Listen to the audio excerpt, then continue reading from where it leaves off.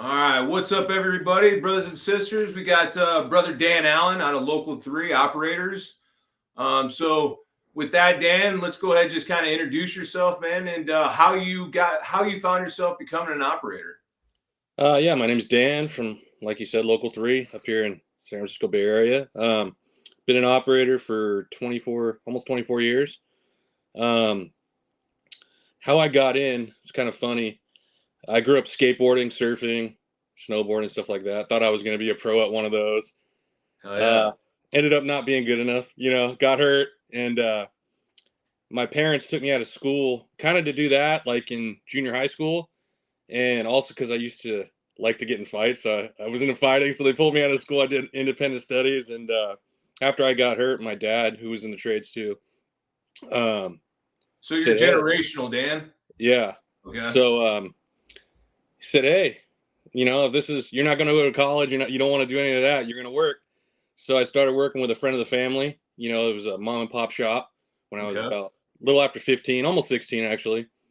And when I turned 18, they all said join the union. So did my dad. He was in the union, Oh and yeah. got in when I was 18. So got fortunate Dude, on that. damn, man, you're one of them, dude. So yeah, that's awesome, man.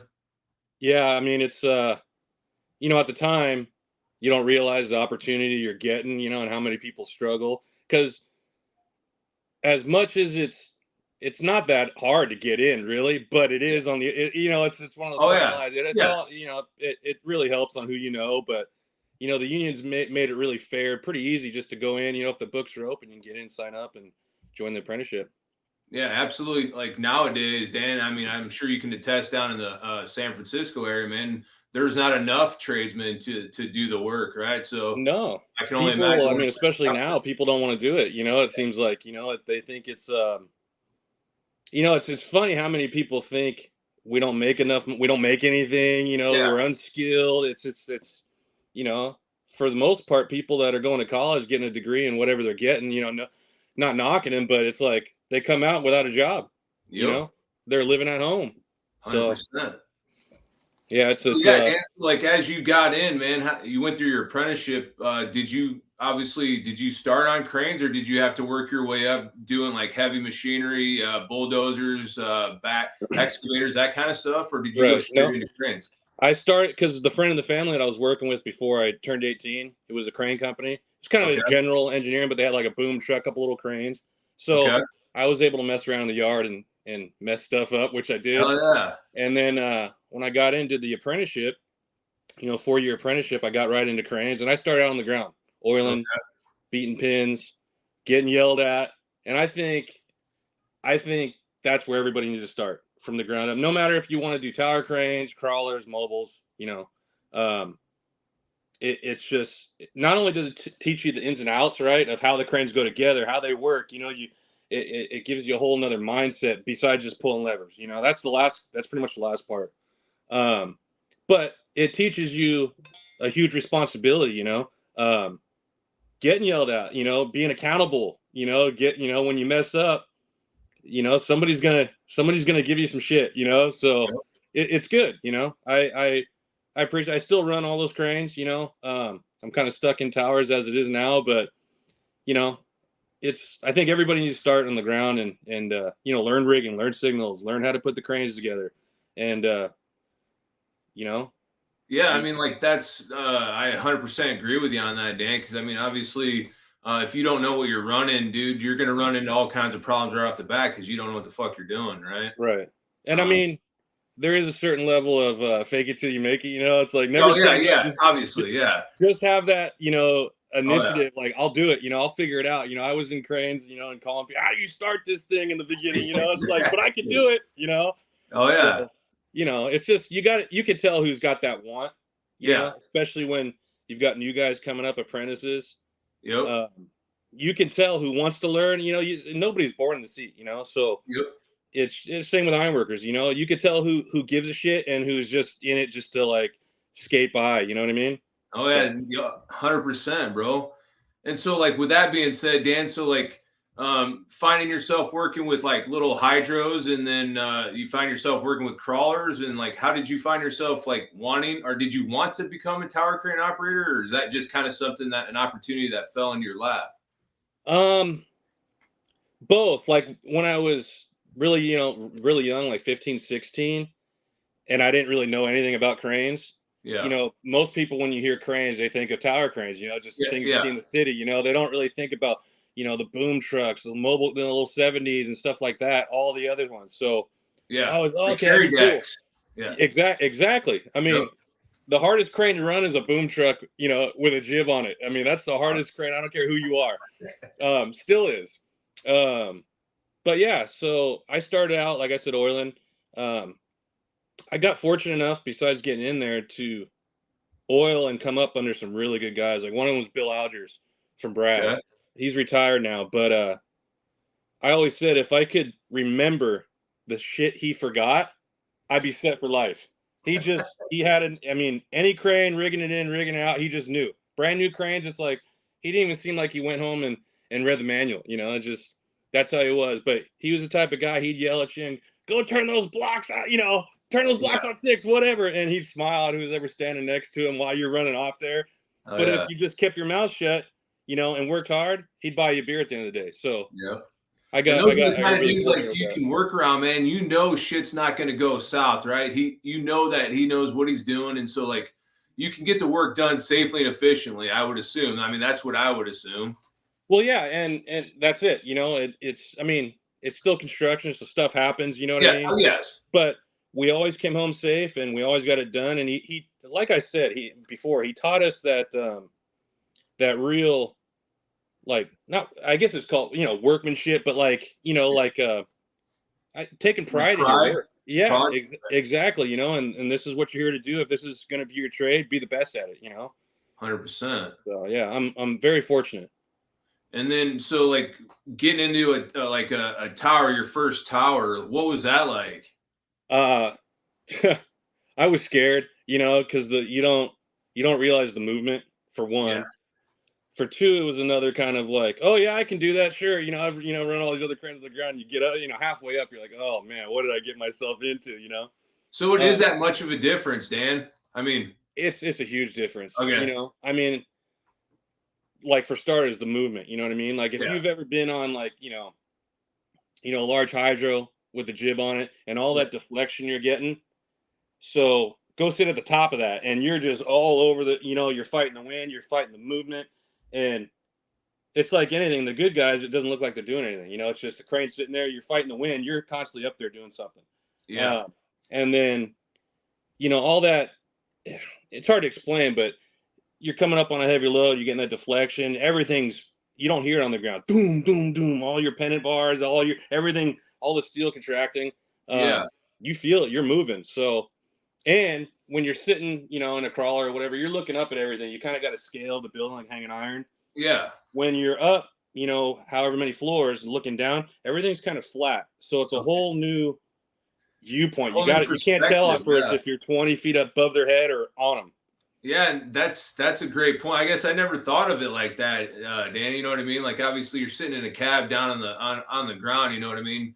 You're working in the blind, a lot of times and shit like that. You know what I mean? But just working from the seat down on the ground compared to looking down, looking at a flat perspective is that's a great point. Especially hanging iron too. Like when you're hanging iron, all the decking, the pan decking, you're Yeah. looking up at it, right? So that's one thing. But when you're in a tower and it's sunny, you're getting all that glare coming right Oh, off. yeah. I mean, I get a tan real quick. Yeah. It's Hell hard to yeah. see them. So there's all kinds of little. It's the same, but it's totally different. Yeah, I mean, just speaking on movement, I mean, I had the opportunity of working, on towers, like erecting and dismantling and stuff. You know what I mean? When we detorqued, the night before the teardown and stuff, man, Yeah. like having the operator up there and just being on that tower, dude. I mean, like I can only imagine what that's like, right? Because I mean, I got a little bit of it, but sitting in the seat when you're carrying heavy ass loads, man, it puckered my ass a few times, man. To be honest Well, with you. and that's it. And like when you're rigging them in, tearing them down, jumping them, jacking them down, whatever. Yeah. You're definitely feeling the movement, Yeah. but it's as long as everything goes right, it's nothing compared to what it is like duty cycle, hanging iron or something like that, because you're, depending on the crane, you're coming in, you're counter swinging, you're back plugging it, everything's moving, everything. It's just, at first, it's kind of like when you go like fishing on a party boat on the ocean, the first few months you kind of get off, you're like, oh man, you got to get your sea legs a little bit. Hell yeah. So with that being said, Dan, so like you found yourself, did you start off with like freestanding, or did you go straight into climbing tower cranes? No, first was freestanding. I mean, granted, most of them are freestanding, you know what I mean? I mean, even when they're tied in, a lot of them don't climb, you know what I mean? Okay. Gotcha. And honestly, the freestanding ones, they're the hardest to run because they're not tied in. So you're getting a lot of that movement. Yeah. Even when we're jumping these cranes, as soon as we get that first tie-in or the next tie-in, wherever we're at in the building, it's just, not only you get that, oh, okay, we're a little bit. It rigids it up. Oh yeah. It's just, now you're running, if you're 5-6 sections above the tie-in, you're running a 100-foot crane, whatever it is. So rather than running 315 freestanding, we did the job out Samsung's new headquarters. I don't know, it's probably 10, 12 years ago in by Great America, Milpitas, San Jose there. Okay. And that was freestanding, 315 feet. And we had, one of the best iron hangers, in a crawler that there is, Liam Byerly. He was down below in the hole, and his oiler, Devin, who's in the seat by himself now too. I mean, one of the best too. Climbed up one day. He's like, "Oh, forget this, man. He didn't want no part of it." You don't realize, you're moving 6, 7 feet, maybe more, side to side. Oh yeah, hell yeah, bro. And that's the thing too, man. Like I guess I didn't realize that either. That some our climbers just, they don't ever climb. You know what I mean? I guess because every time I worked for the tower outfit up here, man, they just pretty much did freestanding. It was never really tied into anything. It was just but with that being said, Dan, so like, when was your first experience hanging iron? I mean, what was that like for you? I mean, I would assume it'd be nerve wracking, working with, especially if the raising gang was, halfway decent, man. They obviously expect an operator to get them the iron at least close. You know what I mean? So how was that for you? So, like I said, I started out mobile cranes, crawlers, stuff like that. So I kind of had a foot in the door because I was on these jobs already. Okay. So getting to know the gang, and like I said, they could see who's worth the shit and who's not. Yep. In both trades, Yep. So, if you're a good oiler for your operator, you're cleaning the rig, you're not on your phone or whatever. Back then we didn't really have cell phones, but you're getting him lunch, you're gonna get seat time, right? And he'll tell, hey, Dan's getting the seat, right? Like, give him shit that he's gonna fuck up, Yep. So, sorry, I don't know if I'm supposed to cuss in there, but it's all good. It's all good. So I had that, but I remember my first, the first job I ever hung iron. It was just a little, like, 4-story penthouse, and it was like with a old 70-ton truck crane. Okay. And but good gang, right? And I was scared. All these guys are gonna eat me up alive, right? And I just took it slow, like my, all these old school guys, slow is fast, smooth is fast, Of course, when you're, whatever, 19, 20, you want to haul ass, you want to show everybody what's up, it just doesn't work like that, especially, when you're treating iron, Yep. every tail you got on there, is a hinge point. So, you just can't swing it and cast it out there, and it's gonna every piece is gonna be going different directions. Yeah, no, so it's just gonna be perfect. Yeah, you got to ride that wave and learn how to time everything, and every crane's different. Like, you can get on the same brand and type of tower crane. You can get on 5 of them, and they're all gonna run different. They're all set up different. It's just like your car. So yeah. So it's kind of like you got to get in work shape, man. You can't just be sitting on the couch for 3 weeks and go out and get up on the iron and think you're gonna be moving around like fucking Superman. No, and even with tower cranes, especially because on a lot of crawler jobs, iron jobs, you might be out there a couple months. Longer on the bigger ones. Sometimes you're out there a few weeks, depending on the job, and that's what you're doing with tower cranes, which is one of the reasons I kind of got into it. I didn't really touch on it, but I got tired of, like, with crane rental, you're working out of the yard every day. If you're not on an iron job, you're running a 70 one day, maybe a 265 the next day, or what. Just you don't know if you're working the next day. So it's Yeah. hard to kind of plan a future. You know, start having kids and whatever you're doing. Like, am I working tomorrow? Am I doing this? With Yeah. tower cranes, you're on a job for a year, 2 years, sometimes more. Yeah. So you can kind of plan. I know where I'm going to work every day. You kind of Yeah. schedule around it, you know, and that's really beneficial with the amount of hours we put in to Yeah. just be able to have somewhat of a schedule. But I kind of went off. What was your question again? Sorry. No, it's all good, brother. And speaking of that, Dan, so like you talked about, like, man, it's like every trade. If somebody sees that you're a hand, dude, they're gonna Right. you're gonna more likely to get taught more, or like get put in position. So is that, I'm assuming, like with the tower crane operator, man, if you're a work-wise tower crane operator, they're gonna put you in these jobs that last longer and things like that, right? Is that kind Well, of how yeah, it and works? it's just like anything, you know, whether you're a crawler hand, you know, like I mentioned Liam earlier. If there's one iron job going on in the Bay Area and it's a crawler job, he's on it. Like, Copy. and it's all on your. Once you get the time in, you know, you meet everybody and Yeah. they you know, you show you're not dangerous, but you're gonna run that crane 100% and get that piece count. Yeah. They're gonna want you on every job, so it's your reputation, you know. And Absolutely. it's a just like ironworkers, you know, whether you're 433 or, you know, 377, 378, whatever. Like, Yeah. it's a small industry. And Yep. then when you get into cranes, it's smaller. And then even tower cranes, it's even smaller. Because if you figure, if you're on a big 2 year job, whatever, 40-story high, right, whatever it is, right? Yeah. You've got X amount of all different trades, plumbers, electricians, you know, iron workers, you know, 200, 300, 500 guys on the job site. And you got Yeah. one tower crane operator, maybe two, you know, if it's a bigger job, whatever. Yeah. So everybody knows everybody. Everybody, you know, that everybody's talking shit. Everybody, you know, Yeah. Hell yeah. good news travels fast. Bad news travels faster. So it's like, Hell yeah. it's one of those things, you know.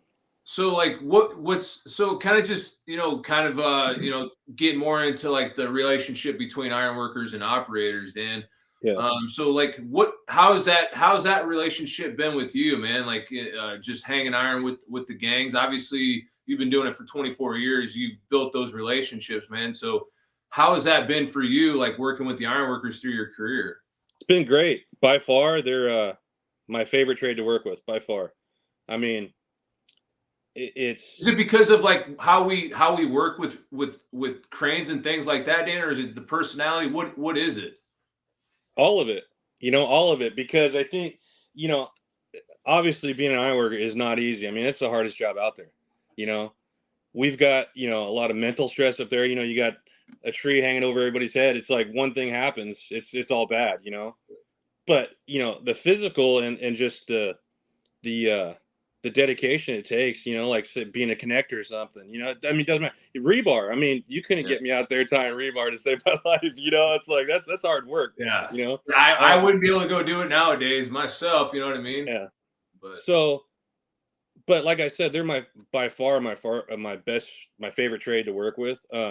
Because if they're in the position that they're in to, you know, connecting or phoning or whatever, you know, working with the crane, they yeah. paid their time. They know, or they're, you know, even if they're apprentice, they're coming up. Somebody's watching them. They want to learn. You know, they've shown the initiative to get there.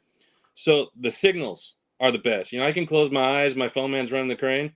Yeah. That's, you know, that's it. It's like it takes that stress off. Whereas when you're working with other trades, you know, especially in the blind and stuff, it's like Oh you yeah. don't you're getting all kinds of different signals. You don't know what they want. It's just like it's it's stressful, man. And then you're watching their rig and you got to correct everything they're doing. Iron Yeah. workers, it's like it's a big relief, man. You know. Yeah, so yeah, that's, I mean, I would 100% agree with you on that, Dan, because if you, most other trades that I work with, they don't have the confidence of when the rigging process, you know what I mean? Yeah. They always tip, in my situation or in my experience, that they always call the iron workers when they got some critical pick that they need to figure out because they can't figure it out.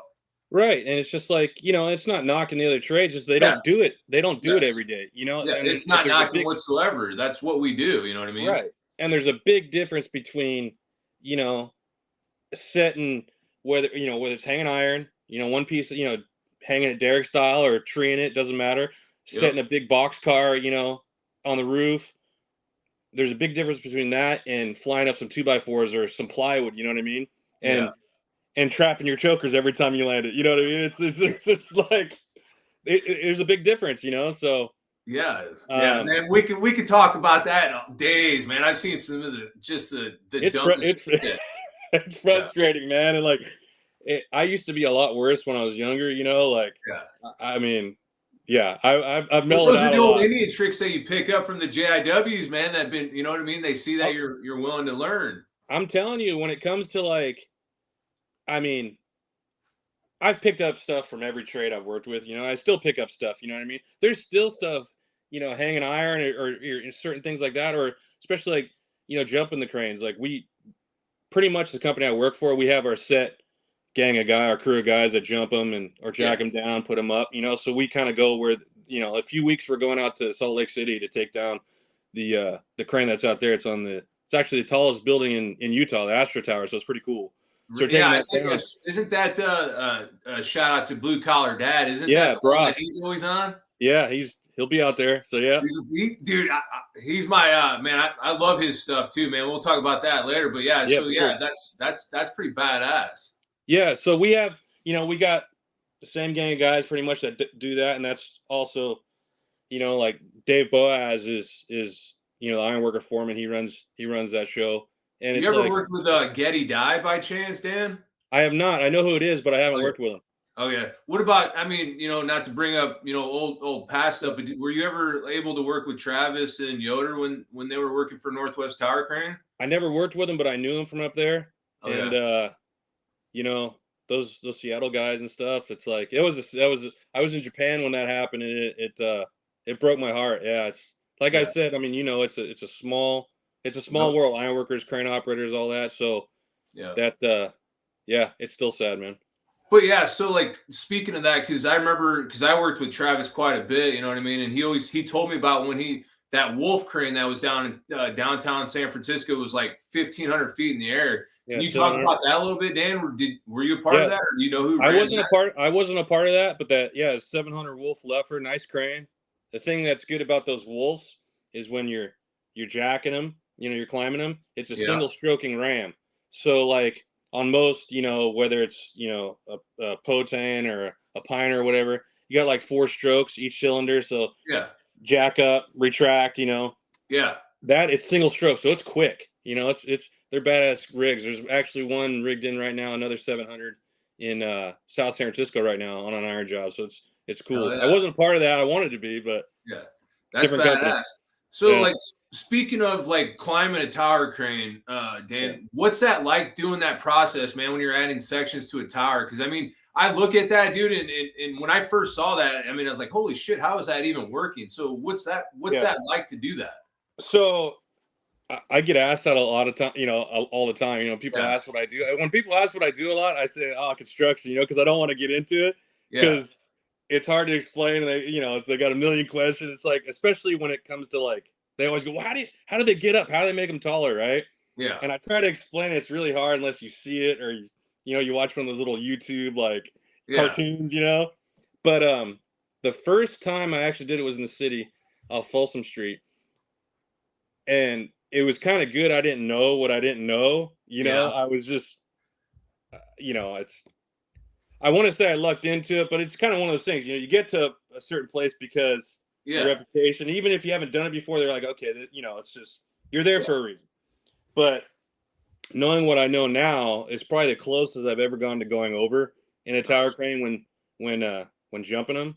Yeah, we came out of the pockets for the first climb. Yeah, and the long story short, it wasn't the crane wasn't balanced and whoosh, everything went forward. I didn't. It feels like it's never going to stop. It feels like it's never going to stop. It just keeps going and going.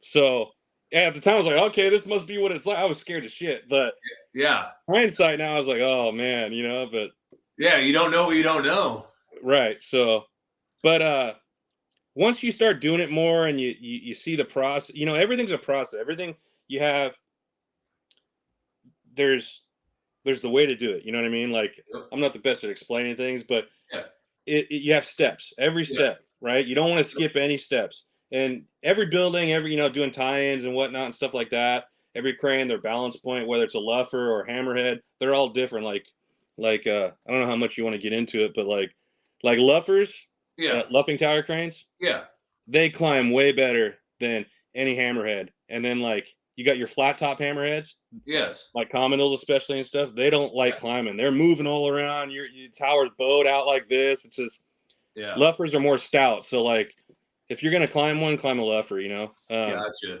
Yeah, because But that once you makes start, sense. I mean, looking at like I said, I never worked on a climbing tower crane, but and obviously not a Luffer as well, man. But it just seems like it was a lot more beefier. they are. Because you had the transition at one point on the freestanding. You always transition to a smaller tower, right? Right. Well, I mean, it's all engineering and everything, but a lot, just like Luffers, when you put them up freestanding, they can't go as tall as hammerheads and stuff because everything's beefy. There's so much more weight and everything, and the reactions and all that stuff. So, but yeah, when we're climbing them, you're gonna get when you're jumping them, you can't do it in any wind. You know what I mean? That when you're broadside like in a hammerhead and that wind's coming at you, it's really bad. It's moving that whole climb, the whole crane around. Luffers, it'll do it too, but everything's more stout. The boom's up and down. You definitely can feel the difference when you're up there. And it matters with the crew, especially like when you're taking a crane down, like we're doing in Utah here coming up. Yeah. Pulling tie-ins, like when you're pulling the tie-in struts off. Yeah. That's like probably for me now, that's like my worst. That's what I hate most about it, because you put a test weight on to balance the crane, and like I said, the crew we work with that do it all the time, they're some of the best. Like when Dave, who runs the gang, retires, stops doing it, it's like it's like I don't want to do it anymore. You're trusting with your life. One thing goes wrong up there, and we're all gone. It's just it's one of those things. So it's you want somebody you trust, but like if that crane, I'll tell you, there's a video of it on my Instagram somewhere. We're pulling a strut. It's actually where I got my name, Twisty Tower. It's a Twisty building, right? And that's where my kid came up with the name. But we're pulling one of the struts, and hindsight, when we put the crane up, we're surveying the last tie-in section. Okay. And I don't know if it was a new surveyor or what, but the ironworkers and I know the ironworkers. I mean, that were on there, they know their shit. They was arguing back and forth with the surveyor, and it's like, you're a quarter inch out, you're an inch out, and then you do what they tell them, and now it's just everything was screwed up. Oh man, I can only imagine. Hours, right? So then when we went to jack down a year later, whatever it was, I'm hearing them. They're beating the pins forever on the building side, and it's just, you can go on a tower crane, right, and stand at the bottom. It could be 300-foot freestanding, and take a nail, a 16 penny nail, and tap on the base, and you'll feel it all the way at the top. Yep. So you can imagine a beater beating those pins out, boom, everything's shaking, and it's not coming out.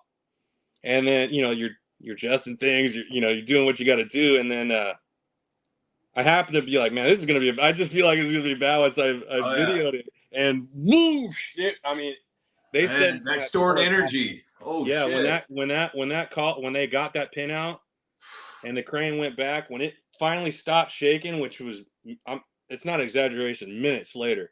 Yeah, it was almost 2 feet out of plumb from where it was supposed to be, where they beat the pin out. So holy shit, dude. That was another one of those instances where I was like, oh man, we're going over backwards. Yeah. Here it is. Here's the big one. That's it. Like, I knew it was coming. Yeah, holy shit. Yeah, dude. So that just speaking of that, Dan, you know what I mean? Like all the safety stuff that obviously you have a lot of lives in your hands, man. A lot of shit can go wrong if your job goes wrong, right? And so like, a lot of times, especially in my career, hanging iron, you know what I mean? They would shut us down, but it's always been kind of like the operator lets, we'll kind of call it off, right? But when you get into like the tower crane guys, you know what I mean? You usually tend to, I'm not trying to tell anybody secret, but you push the limits a little bit more, man. Like, are you that kind of operator? I mean, like, obviously, little cheat sheets and little cheat codes to get around things and things like that. Is that, well, I mean, when do you say, no, we're not doing anymore? There's, you got the game to it, right? There's always the game to it, Yeah. when I want to go home, 40 miles an hour is like 25. You know what I mean? So there's always that game, man. I'm not gonna lie, Oh but yeah, bro. the number one I just thing. wanted to hear that. I wanted to hear that. Hey man, I'll get myself in trouble on here. Yeah. No, there's always look, the number one thing when you get in, and that's why I advise anybody coming up, like that wants to be any type of crane operator, do the apprenticeship, get in there, because one of the number one things they tell you right off the bat is how they teach you how to say no, right? Because you got all these big superintendents and project managers and this and that, and they all want their bonuses and they want that building built yesterday. Yep. And it doesn't matter who they are, and this goes for ironworkers too. Anything anybody can blame on the crane, that crew's gonna, because it gets them out of whatever shit they've messed up yesterday or last week, right? Oh, the crane, oh, it's too windy, whatever, right? Yep. And I get it. I mean, that's like I said, there's a game to it. Yep. But it's happened on the job I'm on now, right? It's just like, and I guess I'm used to it. Like I don't give a fuck anymore. Like it's just like, no, we're not doing it, Yeah, And you gotta be like that nowadays, especially it's not just the obvious, like you got people's lives and all these connectors, all whoever, these guys bolting up, anybody who's working in that radius of that crane, you screw up, now you're personally liable. It's not like, somebody drops, drop something off the building, right? They're going to go off the contractor and this and that. Yeah, you're going to get drug tested. But with cranes, it's like it's a whole nother level. You know what I mean? Yeah, absolutely. Because I mean, that's your livelihood, right? So your certifications could be pulled, all kinds of shit. And you can't. Easy. And you know what I mean?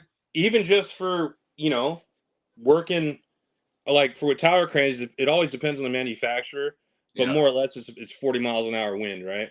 Yeah. So you work in some place like San Francisco or whatever, and it's 3 times a week you're shutting down for wind. Yeah. And there's been guys that it's 50, 55 miles an hour, and they're working, and like I said, it's a small world. Or somebody's driving by and sees somebody. It's like, and there's guys get their shirts pulled and they can't work. Or they got to move away. And like start a new Instagram. Start a new life. So it's yeah. I mean. So hell yeah. So kind of getting down to the next, like what I want to talk to you about, man. You started your Instagram page, bro. I love your stuff, man. I love thank you, your reels and shit, dude. Like the music that you use, like this old school, like this Cali feel, right? It's got this Cali feel. And I listen to everything, man, and I get a lot of hate for the, no way, bro. I get a lot of hate for music. I get a lot of hate. Some people are like, well, it's just work stuff. It's just work. You know what? It's like, I think it's cool in a lot of ways. Like, it shows a light on the trades, like on cranes, on ironworkers, stuff like that. Like whether you admit it or not, they're kind of dying breeds. They're dying trades. Yeah. The kids nowadays, they want to sit and play PlayStation and like TikTok all day, even though I'm on TikTok, but you know what I mean? Like, but you have to show them that there's this you can go do, man. And like Brock, right? The blue collar dad, Yeah. You know how many people he's got from his videos and stuff and whatever he's done to join the union? Yep. You need to have him on. Like I know maybe you can help set that up, Dan. I can help it out. I'm sure he's texting. Yeah, like I'll give you a list of people you gotta have on your podcast. But he's got so many people. I mean, literally working for the same company. We both work for the same company, Yeah. And not just that, but it's like, some people are like, oh, this is just work, it's boring, but to a lot of people it's not. And also I like kind of like shining, to the old dogs working or these new apprentices coming up. Yeah. Like, it's like, hey, look, you're good, like show it off. You know what I mean? Like, that's 100%. Just my opinion, to each his own. Yeah. No, and that's the whole point, Dan. So like you're organizing yourself. Like to me, that's organizing. You're trying to recruit somebody who may not know that you can go do this. You're operating. You want to go operate a tower crane because, you know what I mean? That's just things you can do, and you're showing that and promoting it. And the other part of it too, Dan, a lot of people that I've noticed, they don't want to talk about being a union dues paying member, man. Oh, dude. What would you say to a kid about that, man, joining the union? Well, first off, it's the best thing you could do. Like I get in all kind, like I'll sit at work and like when you're not an iron job or it's before, you're in the hole or something, or it's after, there tends to be, it's just the nature of the beast. There is some downtime, you know what I mean? Yep. So like, I just, I'll put some stuff on TikTok and it kind of blew up, like, so I'll just sit up there and I'll troll with people, like it passes the time. Yeah. But the number one thing I get on there probably is like, oh, union, you pay to work, blah, blah, blah, blah, blah. Dude, it's like, you guys don't even understand. Like not only are you going to make the most money, I mean, let's just call it what it is. Like, you're going to get the highest pay Yeah. that you're getting regardless of your location, Yep. And two, which is more important, I think, than even pay, because if you're not around, you're not going to make no money, right?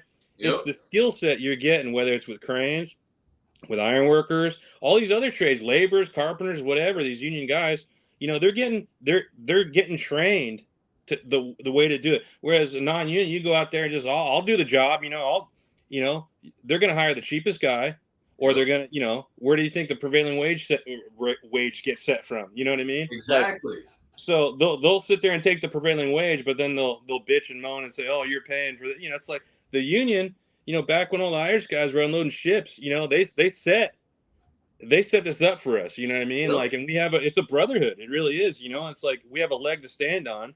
And, I've got, as far as financially and everything, and not just financially, like all my friends and everything are all in the trades, and it's like some of the best people I know, so it's given me, it has given me everything I've got, So yeah, I 100% agree with you, man. I would say exactly the same thing, Dan. It's done the same exact thing for me, man. And I still, some of the things I do see on Instagram and things like that, man, you want to, I mean, I'm not trying to get all political and all that bullshit, but it's just, why would you fight the hand that feeds you, right? You, like you said, you want all these benefits of the prevailing wage, right? You want the retirement, the health insurance and all that, but you know what I'm saying? Like, that's being a union member, right? A good union that's member. it. And I tell these guys, I said, look, and there's exceptions to every rule, right? Like, yes. I'm sure there could be some non-union guy out there in Tennessee or wherever he's at, who finagled his deal and getting, making good money, company truck, making way over what we make, over scale, whatever, right? Yeah. But that's few and far between. What benefits do they have? What pension do they have? What annuity do they have? Back, I got two boys. My oldest one just turned 18 a couple weeks ago. It cost me $5 to have them. I got a pension, I got an annuity. Yeah. I got vacation. I can call up and say, hey, I'm taking 2 weeks off. I'm taking 6 weeks off. I'm taking 6 months off, and I'm gone. And I come back and I got a job and I got all my exactly benefits. what you had before you left. You don't have to renegotiate. You don't have to rebargain. You don't have to do all this bullshit. No. And every June we get a raise. So, no, I mean, it's just let me touch on this before I forget. The other thing I see, like, on, people commenting and arguing pros and cons versus union, non-union, is these guys will say, oh, it only cost me 15 grand to do this crane class, and they gave me my boom truck, sir, and this and that, blah, blah, blah, blah, blah. It's like, dude, you can go join the operating engineers union, get paid on the job training, get paid to go to school, right? Yep. Learn all. They're paying you to learn all this. It's not costing you a dime. You can go out to Texas right now to our ranch, right? Yeah. Sign up for any course. It's paid for. It's done. Breakfast, lunch, and dinner. It's like, if you can beat that, let me know. Exactly. Yeah, I will sign up. And they're just haters. They can't. You know what I mean? Yeah, exactly. So, it's all propaganda bullshit. Yeah. But kind of on that note, Dan, man, it's just kind of wind down. You know what I mean? I want you just working all day and shit. So, kind of, we talked about it. Like, so what would you tell a kid? You know what I mean? A kid, because I'm going to put this up on Instagram, build reels and stuff. What would you tell somebody who sees this, who may want to be an operator, man, that wants to run a tower crane? What would you say to that person? First thing, I say the same thing to everybody. Join the union. Start the apprenticeship, even if, you were doing this beforehand. Let's say you're 30 years old and you want to get, it's never too late. You know what I mean? I get a lot of guys ask me that. Is it too late? I've been doing that. No, man. But it helps if you do the apprenticeship, because you learn all those dumb questions you're afraid to ask. Yep. I still got those dumb questions, and I just ask them. Hey, I never, and half the time I ask those questions, those dumb questions I've been afraid to ask, and the person I asked it to, who I thought would know everything, they don't know. You know what I mean? So it's just those dumb questions in the apprenticeship you learn, It gets your foot in the door. It doesn't, tower cranes, it's hard because on the, back east, New York, stuff like Chicago, they have operators and oilers on their tower cranes. Out here, we only have operators, right? Yeah. So it's really hard to like, whereas you can go oil on a crawler or a big hydro, right? Yeah. And you're getting that, you're learning from the operator. Tower cranes, it's more of a niche, Gotcha. and so it does help who you know, but at the same time, the union, if you go into the union and you're an apprentice and you say, hey, I want to run towers, that's what they're going to put you in. I mean, that's what they're going to steer you into and teach you. Everything's there for your taking. So I think that's the number one thing I would say: join the union, start the apprenticeship. The other one is once you get in, keep your mouth shut and your ears open. Just learn. Don't bring your feelings to work because you won't make it long. It's just listen to what listen to what you're told, do what you're told, ask questions, and then, after work, just, get those good operators numbers, I mean, and you don't even have to do that. Like the operator's going to know, like when I was coming up, Bill Aldridge, he'll that's your buddy now, he's teaching you, he's looking out for you, it's a brotherhood. It is. It really is, and like, there's guys, me and Liam and Devin, I'm like in the middle. He's a little bit older. Devin's a little bit younger, but I can call those guys anytime I want and they'll help me out. Same. I wanted to touch on this with the ironworkers. Those ironworkers, when you're in the raising, hanging iron with the raising gang, yeah, you need any help with the crane, those guys will take, they'll give you the shirt off their back. Hell yeah. It's just like, and like I was scared when I first started hanging iron, but honestly, they're the biggest sweeties there are out there. I mean, they're it's just, it's the best crew to work with. Hell yeah. Well, with that being said, Dan, I want to appreciate your time, man. Thanks for having me. For getting out, man. I love it, man. And like I said, I love your Instagram page. Thank you. Give your Instagram, give your wherever you're at, give a shout out to whatever social media you're at. It's just it's kind of it's a hard name. Twisty Tower Crane. So everybody, it's Twisty. And you're on Instagram, TikTok, everywhere. Oh, pretty much, yeah. I mean, yeah. It's just for fun, It's like if it gets somebody interested in the trades or, a new viewpoint, or just something to look at, man. It's cool. Oh yeah, it is, man. And with that being said, Dan, I appreciate your time, brother, and be safe. Hey, you too. Thank you for having me. Hell yeah, brother. Talk to you later. All right, bye.